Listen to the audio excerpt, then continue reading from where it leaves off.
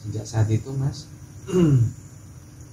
aku itu setiap tidur di perjalanan itu selalu ada yang bisikin. Apa yang dibisikin? Bukan kan bisikin.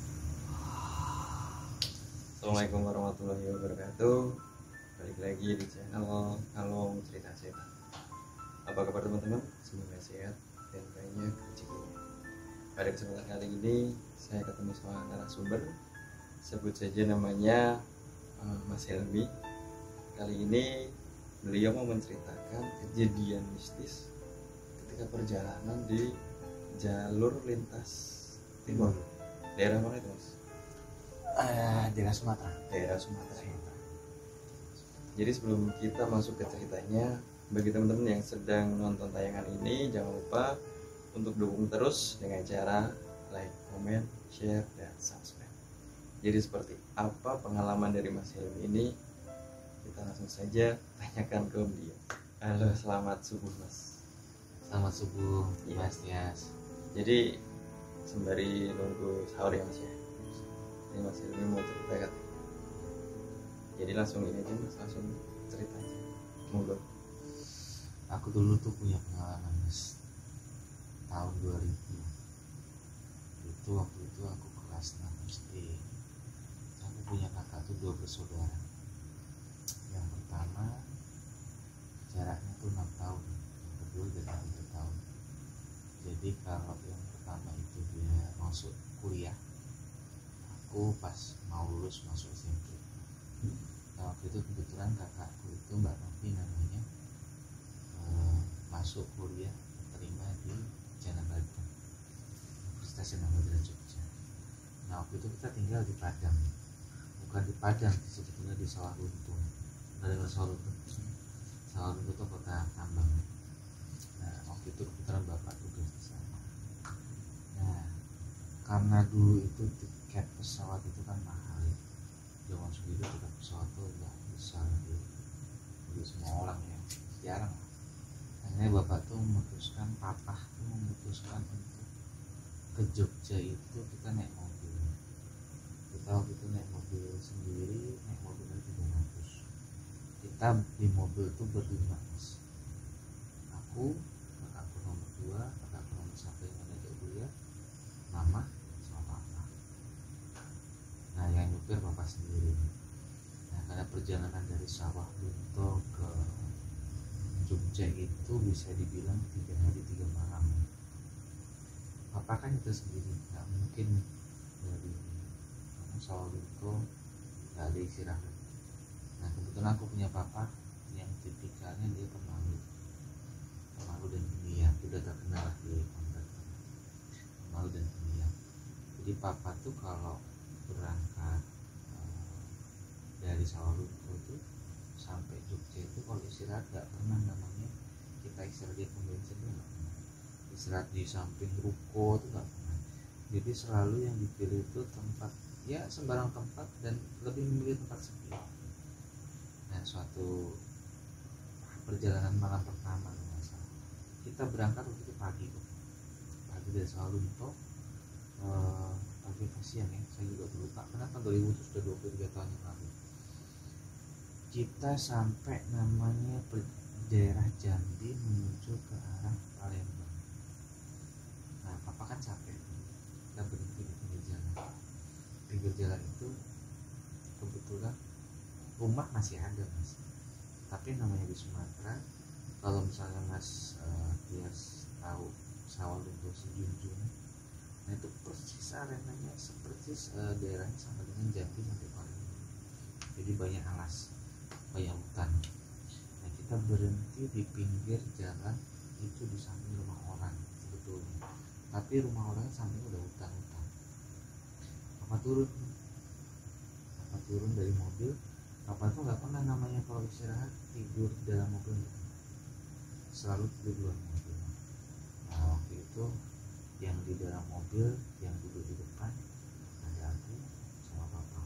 Karena papa tidur di luar, papa tuh tidur di depan teras orang.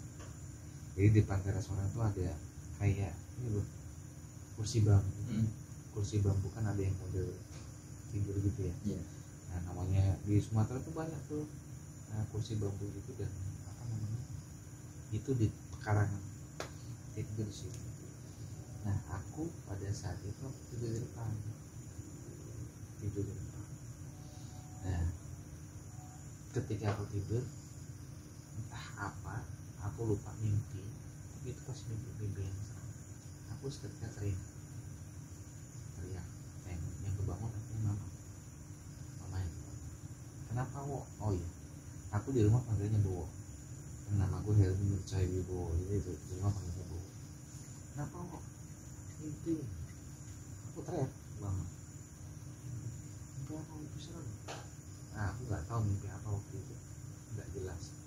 Yang pasti serem. Nah ketika selesai mimpi, aku dibangunin sama mama, tidur lagi kan. Nah aku nggak tahu cerita setelah itu. Nah setelah itu papa balik lagi ke mobil, kita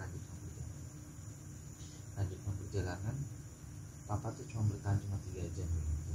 Berikut lagi mas, itu sudah mau mendekati Palembang kalau nggak salah di atas. Nah di situ papa tidur di dalam mobil, aku tidur di dalam mobil, mama tidur semua di dalam mobil.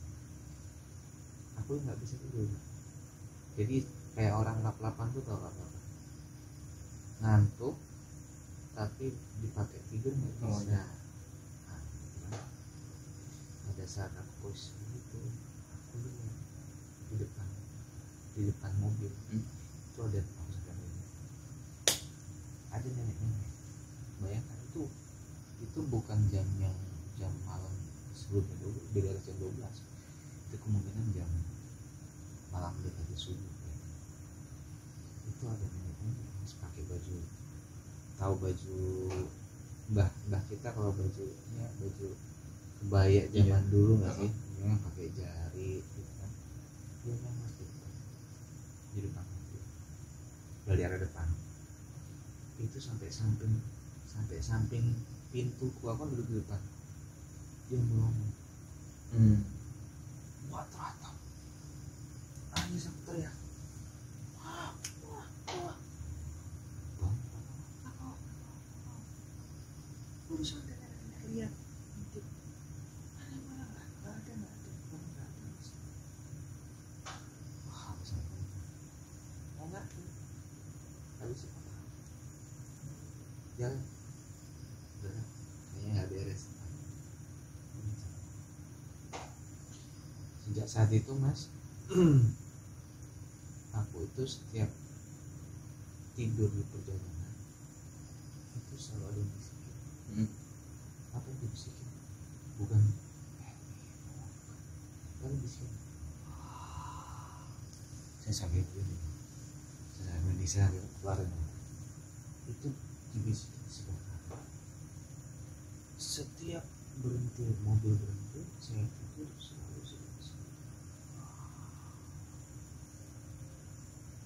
sampai ya itu berlangsung sampai Jogja.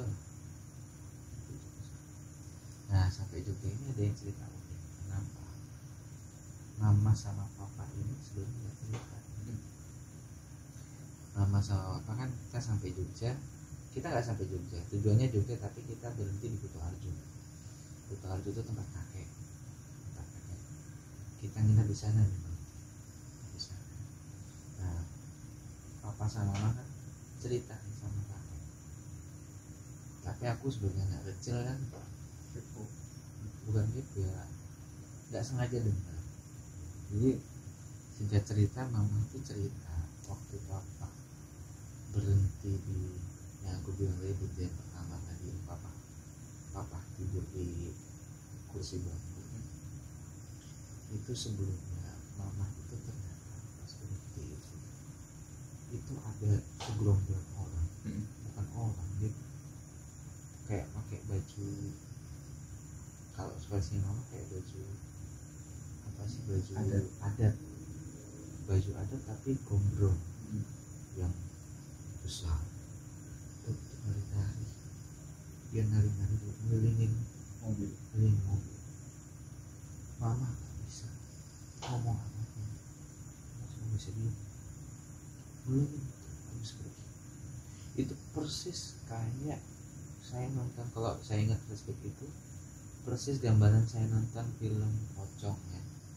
Film Pocong itu kan di satu sesi itu ada yang itu loh mas, keranda. Nah keranda itu kan ngelilingin dia dan sempat menengok, itu yang dialami mama saya.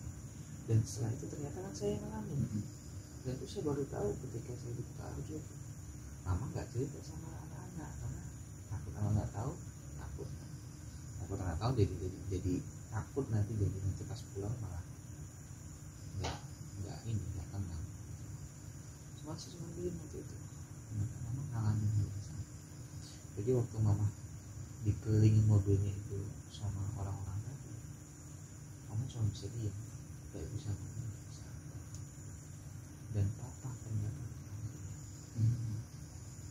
papa itu melihat, papa pas ketika aku teriak melihat nenek itu, ya kan, papa kan datang, karena kan mobilku tuh mobil R300 mas, mobil R300 tuh itu belum AC, jadi itu bukan mobil pribadi, itu mobil kantor. Jadi ketika kita tidur istirahat itu kaca dibuka, jadi ketika teriak dengar papa datang. Nah mereka tuh baru belum bercerita ketika sudah sampai kota Bina. Ternyata papa juga melihat waktu mama melihat ada orang melihat mobil, tapi papa juga cuma bisa diam, kayak apa ya, antara takut dengan aneh gitu. Mau deketin juga takut juga, tapi ternyata pergi sendiri karena pas aku teriak papa datang. Cerita itu nggak berhenti sampai di situ, entah suatu kebetulan entah enggak. Di rumah itu kan rumah kakek ya, kalau aku bilang itu kayaknya ada hubungan. Kakek itu punya istri pertama itu ibunya papa, itu sudah meninggal.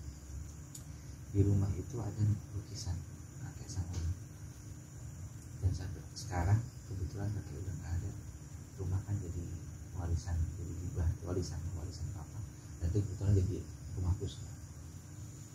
Itu ada lukisan besar mas, itu lukisan papa sama kakek sama nenek. Kakek saya itu namanya Pak Amir Sastrowayo. Kalau orang Purworejo nyebut nama Pak Amir tahu lah. Kebetulan istri beliau itu namanya Mbak Safari. Lukisan itu satu-satunya lukisan yang dibuat dengan tulisan mama. Kalau saya nggak salah dengar itu oleh seniman Purworejo. Kebetulan entah kenapa lukisan itu matanya almarhum nenek itu yang agak melekat. Yang agak melekat. Jadi siapapun yang main ke rumah itu melihat lukisan itu pasti takut. Suatu malam kita kan tujuannya ke Jogja, itu selalu tiap hari PP mas. Kita ada kali 4 hari betul-betul PP. Kakak itu registrasi ulang, habis itu nyari kos-kosan. Kita bolak-balik Kutarjo Jogja itu zaman dulu bisa lah 2 jam. 2 jam namanya jalan Jogja ke perbatasan Purworejo Jogja masih kecil. Kita kalau pulang selalu menginap di rumah kakek. Kalau saya tidur di teras, buat teras depan TV. Kalau kita kumpul lebaran tuh, aku tidur depan TV. Yang tidur di kamar yang ada lukisan itu mama sama Mbak Novi. Kalau kita suatu malam ini gempa itu yang merasakan cuma yang dalam kamar. Lukisan goyang, padahal lukisan ini gedenya itu kurang lebih tinggi ya, tingginya itu 2 meter. Jadi temboknya betul, lebarnya 1 meter kali ada. Besar. Itu goyang. Itu saya tahu ceritanya bukan cerita pada malam itu, tahu besok. itu gempa. Nah kebetulan ranjang ranjang tempat tidur itu kan terbuat dari, tahu lah ya yang dulu ada ranjang tirai itu. Iya, kelambunya kan. Kelambu ya, kelambu. Cuma kelambunya nggak dipasang mas, jadi kan besi. Iya. Nah ketika itu ada goyangan kan, itu goyang. Nah, mamaku tuh bangunin Mbak Novi, pik gempa. Mbak Novi kan merasakan, oh ya keluar kamar nggak gempa, orang lagi pada tidur. Minggu depan aku, Mbak Indah itu kakak kedua, sama apa namanya, kita bawa namanya ponakan itu sebenarnya diangkat, namanya Mel. Itu kita nggak pernah kenapa, kok di luar nggak gempa, masuk. Besoknya dia cerita, mama cerita ke istri sambung Mbak, namanya Mbak Kan. Dia mau mengira gempa ya, lama orang bocor, lama gempa nanya itu ya, mau begini, ya pulas wae dulu. Ya ternyata yang cuma merasakan gempa itu mama sama Mbak. Entah ada hubungannya atau tidak dengan kejadian yang di hutan jalan lintas Sumatera itu, ada hubungan atau tidak, nggak tahu. Tapi perjalanan sepanjang kita berangkat dari Sawalunto sampai Jogja kembali itu penuh dengan pengalaman mistis. Sampai hari kita pulang, kita 7 hari, seminggu di Kutarjo. Pulang Mbak Novi ditinggal, udah ngekos di Badran, karena kan depan jalan Badran kan Badran ya. Badran masuk. Kita pulang di tempat yang daerah yang sama. Kalau saya nggak tahu, zaman itu saya kelas 6 SD ya, mau masuk kelas 1 SMP. Saya nggak tahu apakah itu jalan yang sama atau tidak. Cuman saya pikir waktu itu karena kondisi suasananya sama, dan papa itu kalau istirahat nggak pernah, yang saya cerita tadi, nggak pernah di pom bensin, nggak pernah di depan toko tuh, nggak pernah di pinggir jalan raya itu, nggak rame-rame, nggak pernah, selalu di jalan sepi. Sama terjadi lagi mas, saya setiap tidur selalu bisik dan itu malah itu berlangsung setahun sejak saya. Nah kayaknya pas kepulangan dari Jogja ke Sawalunto ke Padang itu berarti cuma beberapa kali, dan saya itu dibisikin nggak cuma sekali dua kali, berkali-kali.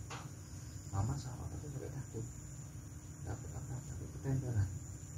Biasanya orang Padang tuh dulu tuh apa ya, tasapo itu bahasa orang Padang tuh diberui, bahasa orang Jawa tuh diberui, tapi tasapo tuh nempel mas. Saya nggak tahu benar apa enggak, dulu kalau orang Padang tasapo, takut aku tuh tasapo, jadi ke bawah.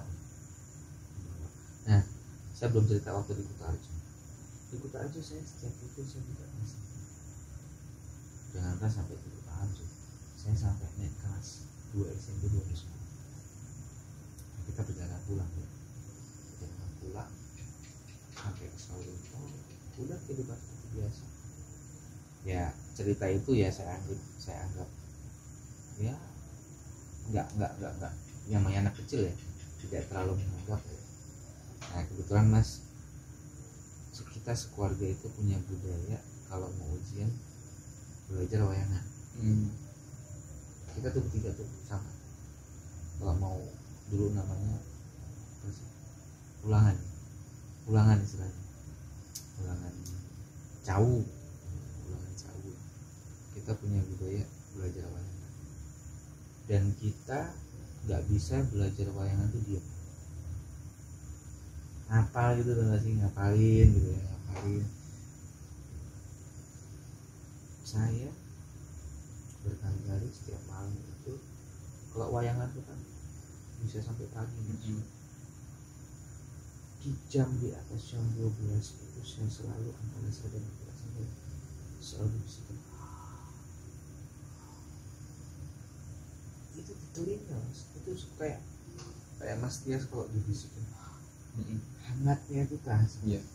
Hangatnya itu terasa. Itu berkali-kali sampai mau naik kelas 2. Nah, Papa kan kebetulan kerjanya di lapas. Papa itu dulu kepala rutan Sawalunto, rumah tahanan Sawalunto. Namanya rumah tahanan, anu dong, Pak. Saya dari kecil udah biasa bergaul sama tahanan, apalagi tahanan yang istilahnya berkelakuan baik kan dibebas di nggak di dalam penjara lah, dibebas di penjara. Jadi ada salah satu tahanan Papa itu dia profesinya kalau sekarang sebutannya macam orang pintar. Jadi Papa ini nanya nih, ini anakku si Bowo kenapa? Karena sampai sekarang masih suka teriak ketakutan karena selalu dibisikin. Bisikannya bukan bisikan gimana kan, lucu sebetulnya kalau sekarang saya itu lucu, tapi kalau segi zaman saya masih kecil itu nyata dan itu saya belum takut. Nah, nanya nih ke salah satu tahanan, bukan tahanan napi yang dia dulu profesinya paranormal, tahu paranormal. Akhirnya disuruh minum air racikan. Air racikan itu saya ingat, nggak cuma saya yang suruh minum, tapi mama juga. Waktu itu kalau nggak salah air kelapa muda sama telur ayam kampung itu dipecah, diaduk tapi nggak dimasak. Bayangin bauan saya itu disuruh ya kebetulan mama saya minum. Wah, biji aku tahu nggak, dan apa namanya itu nggak ngefek nggak ke saya. Kamu saya nggak minum ya, kamu nggak minum nggak ngefek, jadi nggak ada efek. Terus entah kapan momen suara itu hilang, aku lupa. Oh iya, aku ingat.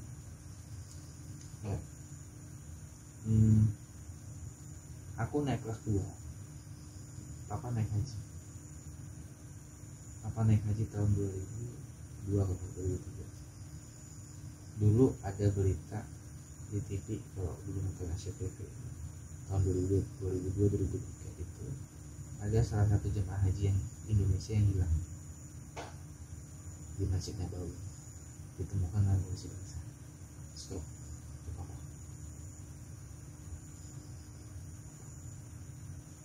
Papa berangkat haji di Indonesia, kita dengar kabar Papa hilang. Namanya kita punya agama yang mama nasihat dengan baca Yasin tiap hari. Seingatku gara-gara Papa sakit itu, Papa stroke di sana, kita disuruh baca Yasin. Nah, sejak saat itu aku baca Yasin tiap hari. Itu bisikan itu momen aku nggak pernah ingat. Itu berlangsung dari kelas 1 SMP sampai kelas 2 bisikan. Nah, versinya yang paranormal itu cerita memang tasapu itu ketempelan, karena versinya berhenti di tempat yang nggak seharusnya dan tidak minta izin gitu. Katanya begitu, tapi kita nggak tahu. Papa mama tuh orang Jawa gitu kan, kita nggak tahu budaya orang Sumatera kan gimana, jadi sembarang jalan kita pilih nggak apa-apa. Ya, itu pengalaman yang saya ingat banget sampai sekarang, masih itu nyata banget. Kalau ingat kayak tadi cerita mata benar-benar sampai itu Mas. Jadi momen hilangnya bisikan itu adalah ketika Papa naik haji, Papa sakit, Papa hilang tuh di Nabawi. Papa ditemukan dalam kondisi stroke. Kita disuruh anak-anak baca Yasin tiap hari, kayaknya gara-gara baca Quran tiap hari itu hilang. Entah ada hubungannya atau tidak, Allah alam. Kita namanya makhluk beragama, manusia beragama. pengalamannya Mas. Siap. Ini Mas, ada sedikit pertanyaan begini Mas. Yang di pas Purworejo ya Mas ya. Kutoarjo. Kutoarjo. Itu kan tadi lukisannya gede banget.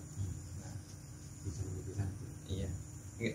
Kebayang aja Mas, pas Mas Helmi bilang lukisannya gede, terus mohon maaf, si nenek ya itu dalam keadaan melotot ya, lukisannya ya. Nggak bayangin kalau misalnya posisi di sana ngeliat itu kayak seolah ini ya Mas ya, setiap kita gerak itu kayak seolah matanya Nah, gitu betul ya. Itu persis kayak patung Buddha kalau di Lintasan, di Donganan gitu, ada salah satu rumah ada ornamen patung Buddha 3 dimensi. Kemanapun kita pergi Matanya selalu ngikutin gitu ya. selalu gitu. Sekarang lukisannya masih ada Mas di rumah. Terus ini Mas, tadi kan katanya Mas Helmi ada sangkut pautnya sama Nah, lukisan. Apakah yang dilihat Mas Helmi sini nih pas nengok gini itu maksudnya adalah sini atau bukan? saya tuh itu justru saya nggak kepikiran. Ya. Justru saya nggak kepikiran. Karena saya nenek itu meninggal ketika saya masih umur tahun masih umur belum ada 1 tahun. Jadi saya di Palembang, saya lahir di Palembang Mas.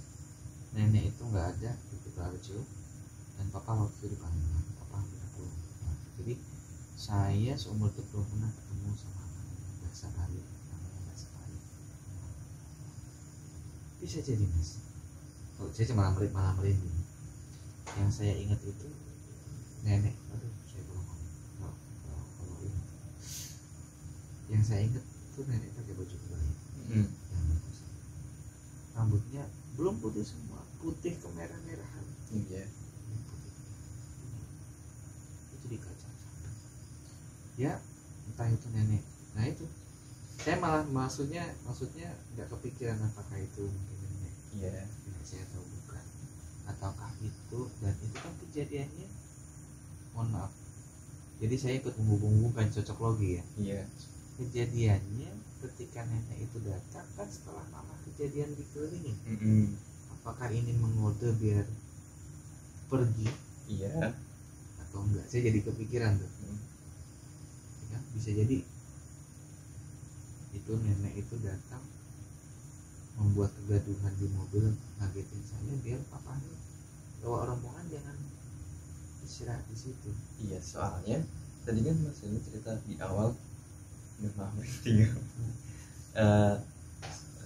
Setelah Mas Helmi cerita kalau ada yang nengok, itu kan sebelumnya si Mama Mas Helmi ngelihat di depan ada segerombolan lagi nari, ngelilingin sambil nari kan, dan itu nggak ada si sosok neneknya. Nggak ada nenek. Nah, mungkin ya bisa jadi pas Mas Helmi melihat ada sosok yang seolah ngagetin ya, nengokin kayak gitu biar suruh pindah gitu kan. Takutnya nanti ada kejadian yang nggak diinginkan. Bisa jadi. Tapi kalau dari lukisannya aja sih Mas, lukisannya kan pasti hitam putih ya. Hitam putih, betul. Hitam putih, terus sekilas kan itu kan pas nengok gitu Mas Helmi sempat nangkep nggak ciri-cirinya dengan lukisannya ada kesamaan gitu. Jadi lukisan itu Mas, posisi Bahamir dan Basapari ya, nama lukisan bahasa itu posisi masih muda. Oh, masih muda.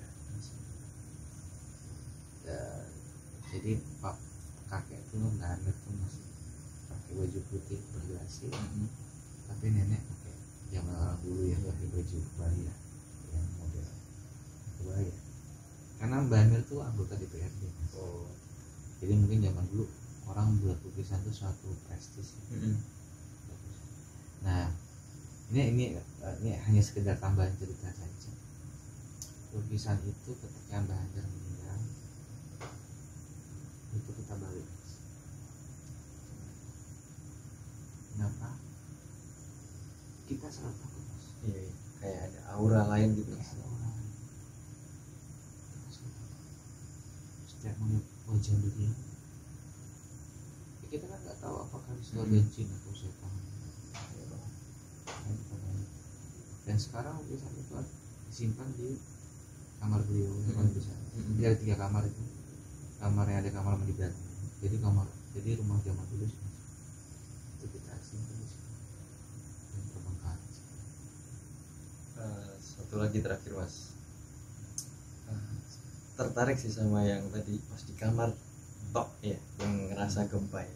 Dari situ mama sama Mbak Novi tok pernah ditanyain gak mas, kenapa kok yang ada ngerasain gempa cuma yang ada di kamar aja? Ditanyain ke, maksudnya yang lebih paham tentang hal-hal mistis gitu. ini, kalau pada saat itu nggak pernah ditanya, karena namanya kita menantu, mama tuh kan menantu ya. Iya. Mama tuh kan menantu, nggak enak lah membahas di rumah orang. Nah kok iso gempa kok cuma di dalam. Iya. Ini malah nanti menimbulkan pasangan negatif. Tapi ini menyangkut tentang rumah itu. Rumah yang sekarang saat ini menjadi milik saya dan sekarang itu tidak ditempati. Sekarang saya kasih di Google itu namanya Dalam Helibu. Ya, ada di Google Dalam Helibu. Jadi saya papa kan sakit ya, papa pulang dari Mekah sakit stroke, akhirnya kita pindah ke Purworejo. Aku kelas 3 SMP, Purworejo kelas 3 SMP, tinggal di rumah gempa. Ya entah ada hubungannya sama yang tadi cerita di lintas Sumatera tadi, kita tahu hubungan atau tidak, tapi memang rumah itu bisa dibilang bahkan Mas Tias mungkin sekali-sekali main ke Tojo Tunggorono, namanya Desa Tunggorono Mas, tanya rumahnya Pak Amir atau rumahnya Pak Yanto, rumah saya itu terkenal sampai sekarang. Nggak dikontrakin. Kita kalau mau dikontrakin, kita kalau pulang Lebaran itu jadi tempat petilasan. Ibu kan ikut di sini. Tempat petilasan tuh ketika Lebaran, kakak yang di Jakarta kan pulang, adik angkat saya yang di Jakarta juga pulang. Cuma itu jadi tempat. Ya gitu teman-teman, untuk pengalaman mistisnya Mas Helmi dari tadi pertama di jalan lintas Sumatera ya Mas ya, dan sedikit cerita tentang rumah di Kutoarjo. Tadi kan udah disebutin ya, ada tuh di Google Map namanya Dalam Helmi Wibowo. Kalau yang penasaran bisa dicek aja, atau teman-teman yang orang sana ya Mas ya, yang Kutoarjo, mungkin ada yang tahu, bolehlah nanti di komen di bawah biar Mas Helmi bisa baca. Itu sih saya tulis Dalam Wibowo tuh gini Mas, itu ada tujuannya sebetulnya. Iya. Tujuan komersil. Dulu mau saya buat siapa tahu mau saya bikin penginapan. Oke, paham. Siap, makasih loh Mas sudah berbagi cerita. Ya bagi teman-teman yang masih stay nonton di sini tadi, jangan lupa untuk dukung terus dengan cara like, comment, share, dan subscribe. Sekian dari saya. Wassalamualaikum warahmatullahi wabarakatuh. Waalaikumsalam.